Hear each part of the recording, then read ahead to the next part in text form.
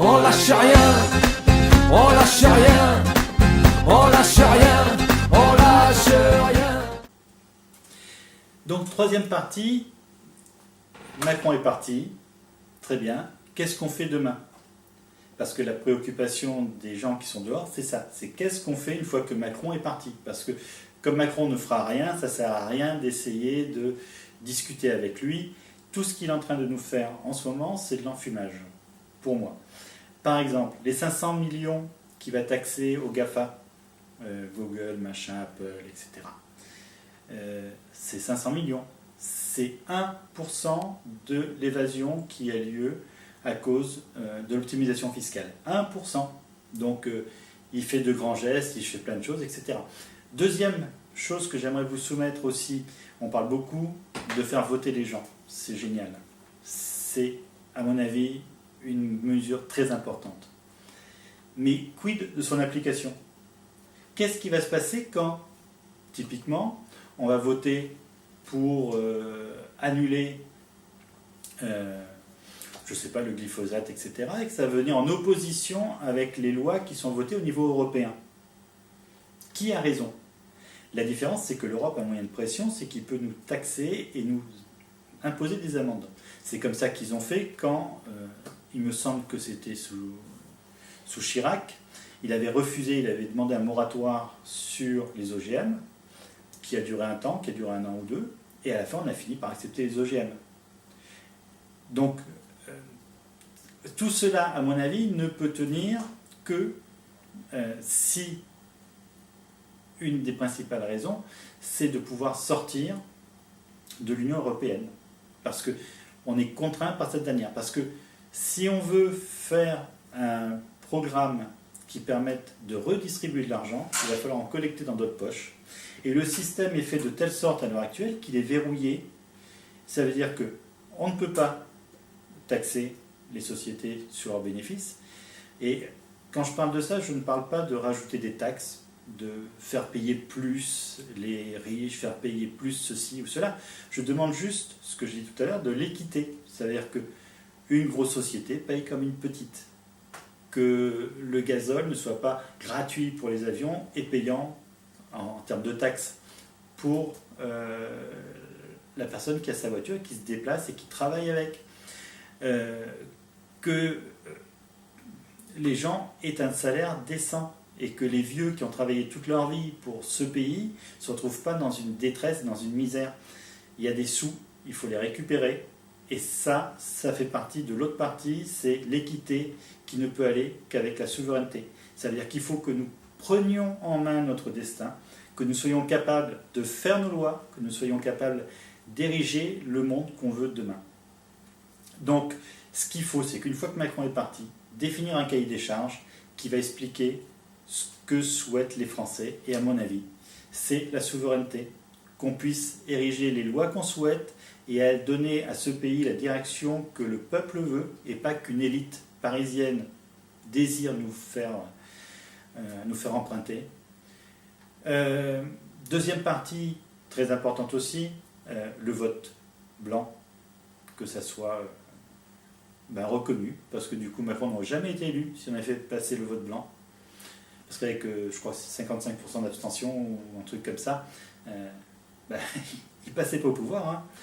Que les gens soient intègres, c'est-à-dire qu'on demande aux hommes politiques d'avoir des casiers judiciaires vierges, ça me paraît le minimum syndical.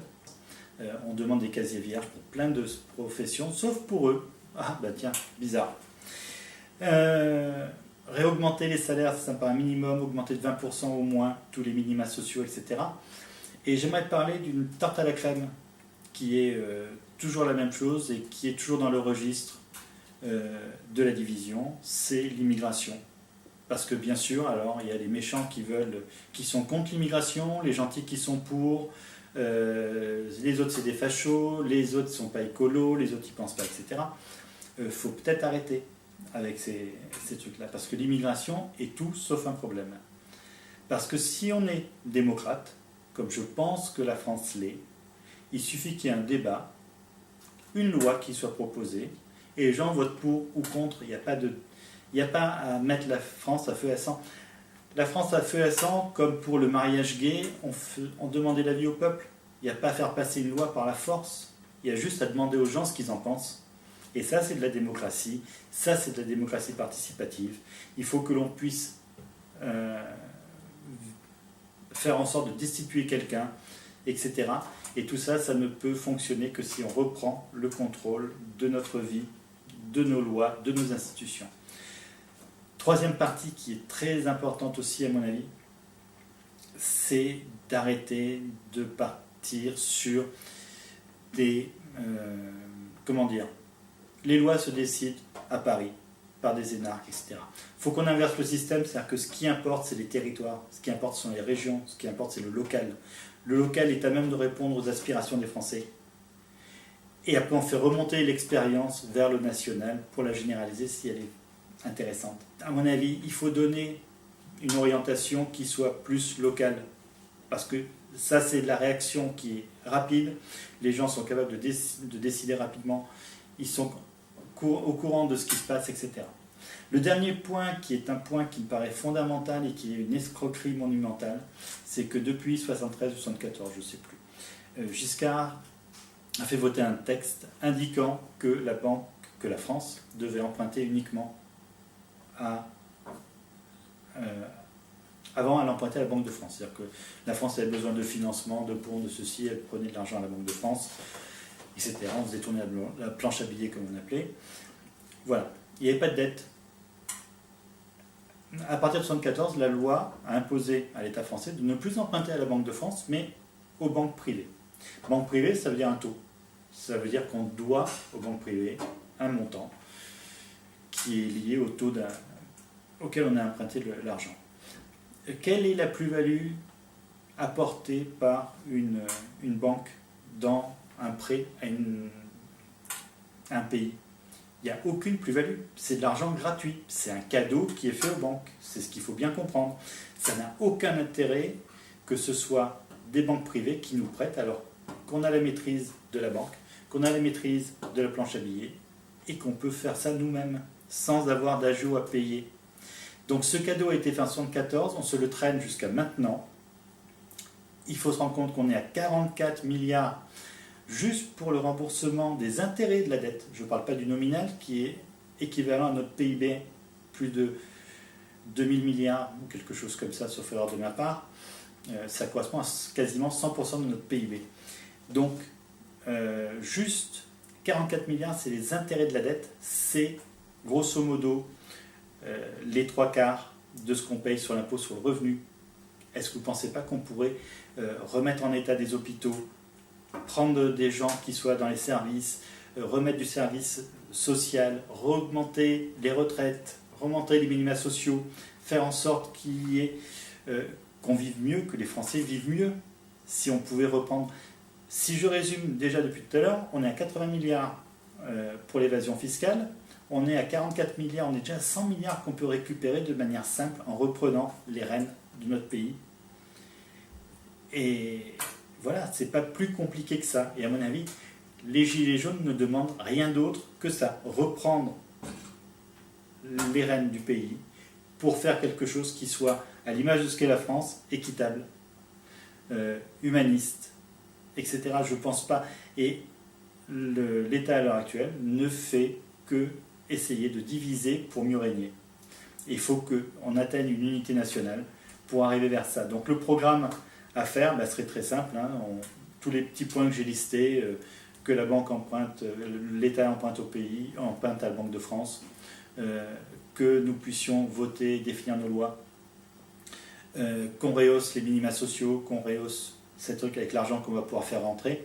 Alors ceux qui vont me dire l'argent qui va sortir, parce qu'il y a un point aussi très important, et ça sera le dernier que je vais aborder, c'est qu'il ne faut pas oublier une chose, c'est que c'est nous qui avons le pouvoir, et en aucun cas les multinationales ou les banques. On veut vous faire croire que vous n'avez pas de pouvoir, que tout est... on n'a pas le choix. C'est tout le contraire, parce que ce qu'il faut bien comprendre, c'est qu'avec votre argent, l'argent est un acte politique. L'achat est un acte politique. Si une société multinationale décide de partir et de mettre son siège social ailleurs qu'en France, typiquement, rien n'empêche qu'ensuite, on décide de boycotter ces produits. Donc, quelle sera l'alternative d'une société? C'est soit je pars et je fais 0 chiffre d'affaires, soit je reste, je paye 30% d'impôts sur les bénéfices et je fais des bénéfices. Donc il ne faut pas oublier cette chose-là, c'est que c'est nous qui avons le pouvoir et pas le contraire. Voilà, donc typiquement, un truc qui pourrait être faisable très rapidement, c'est de dire on boycotte les voitures qui viennent de chez Ford. Ils licencient 800 personnes alors qu'ils ne sont pas franchement dans la misère, ils ne vont pas si mal que ça. 800 personnes. S'il y a ne serait-ce qu'une personne dans chacun des départements qui refuse et qui annule son contrat, sa commande sur les voitures Ford, ils vont peut-être comprendre qu'il ne faut pas licencier comme ça en France. Voilà. Donc le pouvoir, c'est nous qui l'avons. On nous fait croire que ce n'est pas le cas, mais il faut justement reprendre ça en main. Voilà, c'est un petit peu ma modeste participation. J'espère que je n'ai pas été trop long. L'idée principale, c'est ne nous divisons pas. L'objectif est commun. Et c'est important d'être tous ensemble, réunis pour arriver à nos objectifs. Nous avons les moyens d'y arriver. Et voilà, donc je publie cette vidéo, je m'appelle Serge, si vous avez des commentaires, des remarques, etc., n'hésitez pas. Si jamais ça vous a intéressé, faites-le moi savoir, ça me fera plaisir d'une part, ça prouvera que des gens sont arrivés jusqu'au bout de la vidéo. Et d'autre part, il y a d'autres sujets aussi que je trouve totalement insupportables, etc. Donc si jamais ça vous intéresse, je pourrais reprendre la parole sur d'autres thématiques. Voilà. Merci et à bientôt. Et bonne lutte et on va arriver à nos fins.